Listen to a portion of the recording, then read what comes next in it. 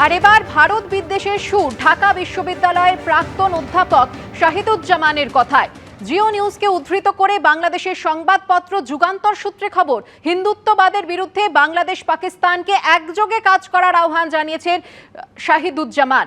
গতকাল ইসলামাবাদে Pakistan national council of arts বা পিএনসিএ অডিটোরিয়ামে অনুষ্ঠিত পাকিস্তান বাংলাদেশ সম্পর্ক বিষয়ক আন্তর্জাতিক সম্মেলনে ভার্চুয়ালি উপস্থিত হয়ে ঢাকা বিশ্ববিদ্যালয়ের প্রাক্তন ডিন বলেন, শেখ হাসিনার পতনের পরই মূলত পাকিস্তান ও বাংলাদেশের মধ্যে সম্পর্কের বরফ গলার ইঙ্গিত পাওয়া যায়। আর কি বলেছেন তিনি, শুনুন। We now have this great challenge to rediscover our past, to make sure that these Hindus civilization, Hindu so-called upsurge in the name of Hindutva has never been so ferocious as it is today. The Hindutva movement in India is trying its best to erase all the great symbols of Islam in the subcontinent. We are appalled by such prospect. We have to hold our faith together, Pakistan and Bangladesh, and hold on to the idea of ensuring the security of our lands. We need each other desperately to provide us the security that is now threatened by the greed of the Hindutva movement. সম্পর্ক ভালো রাখতে চাইলে হাসিনাকে ফেরত দিক ভারত, বাংলাদেশে তাঁর বিচার হবে। কূটনৈতিক রীতিনীতি তোয়াক্কা না করে ফের ভারতকে নিশানা করলেন বাংলাদেশের এক ছাত্রনেতা। প্রচ্ছন্ন হুঁশিয়ারি সুরে বললেন, ভারতের কাজের মাধ্যমেই ঠিক করা হবে দুদেশের সম্পর্ক। এর আগেও ভারত বিদ্বেষের সুর শোনা গেছে বাংলাদেশের এই ছাত্রনেতার কথায়। যদি এই বাংলাদেশের সাথে আপনাদের সম্পর্ক স্থাপন করতে চান, খুনি হাসিনাকে বাংলাদেশে ফিরিয়ে দিন। খুনি হাসিনার বিচার এই বাংলাদেশের মানুষ করবে। বাংলাদেশ থেকে ফের ভারতকে হুঁশিয়ারি। নিজের দেশে ক্ষমতাচ্যুত হয়ে বর্তমানে ভারতে আশ্রয় নিয়ে রয়েছেন শেখ হাসিনা। এবার তাকে দেশে ফেরত পাঠানোর দাবি তুলে একেবারে শর্ত বেঁধে দিলেন বৈষম্য বিরোধী ছাত্র আন্দোলনের নেতা সার্জিস আলম। বাংলাদেশের চ্যানেল 24-এ সম্প্রচারিত খবরে ওই ছাত্র নেতাকে বলতে শোনা যাচ্ছে, বাংলাদেশের সঙ্গে সম্পর্ক ভালো রাখতে হলে শেখ হাসিনাকে ফিরিয়ে দিক ভারত। আমরা শুধু ভারতকে একটি জিনিস বলে দিতে চাই, আপনাদের সাথে আমাদের সম্পর্ক কি হবে সেটা আপনারা আপনাদের কাজের মাধ্যমে নির্ধারণ করবেন।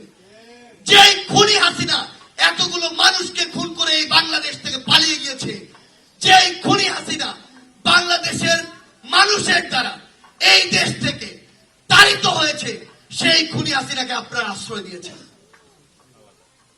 যদি এই বাংলাদেশের সাথে আপনাদের সম্পর্ক স্থাপন করতে চান, খুনি হাসিনাকে বাংলাদেশে ফিরিয়ে দিন।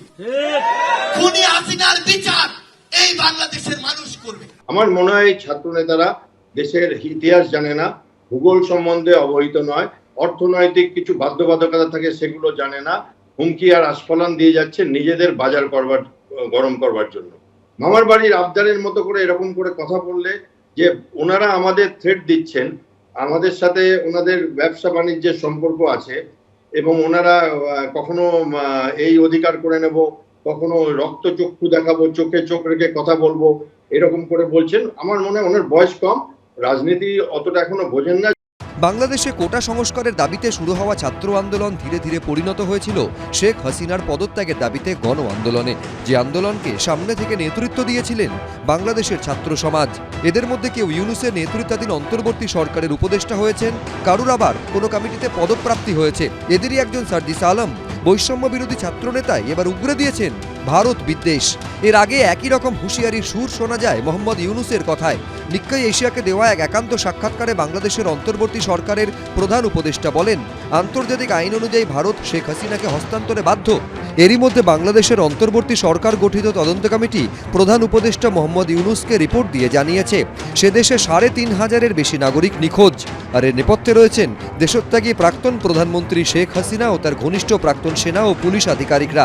অন্যদিকে বাংলাদেশের রূপপুর পারমাণবিক বিদ্যুৎ কেন্দ্র থেকে বাংলাদেশি মুদ্রায় প্রায় ৬০,০০০ কোটি টাকা লোপাটের অভিযোগে প্রাক্তন প্রধানমন্ত্রী শেখ হাসিনা, তার ছেলে সজীব ওয়াজেদ এবং ভাগ্নি টিউলিপ সিদ্দিকির বিরুদ্ধে অনুসন্ধান চালানোর নির্দেশ দিল সে দেশের আদালত।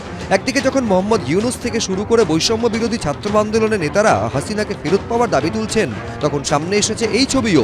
সময় চ্যানেলে সম্প্রচারিত ভিডিওতে দেখা যাচ্ছে খুলনা রেল স্টেশনের ডিজিটাল বিলবোর্ডে ভেসে ওঠে এই লেখা, ছাত্রলীগ আবার ভয়ঙ্কর রূপে ফিরবে, জয় বাংলা, জয় বঙ্গবন্ধু, শেখ হাসিনা আবার আসবে। ঘটনা জানাজানি হওয়ার পর স্থানীয় লোকজন খুলনা রেল স্টেশন অবরোধ করেন, পুলিশ গিয়ে পরিস্থিতি নিয়ন্ত্রণে আনে। এবিপি আনন্দ।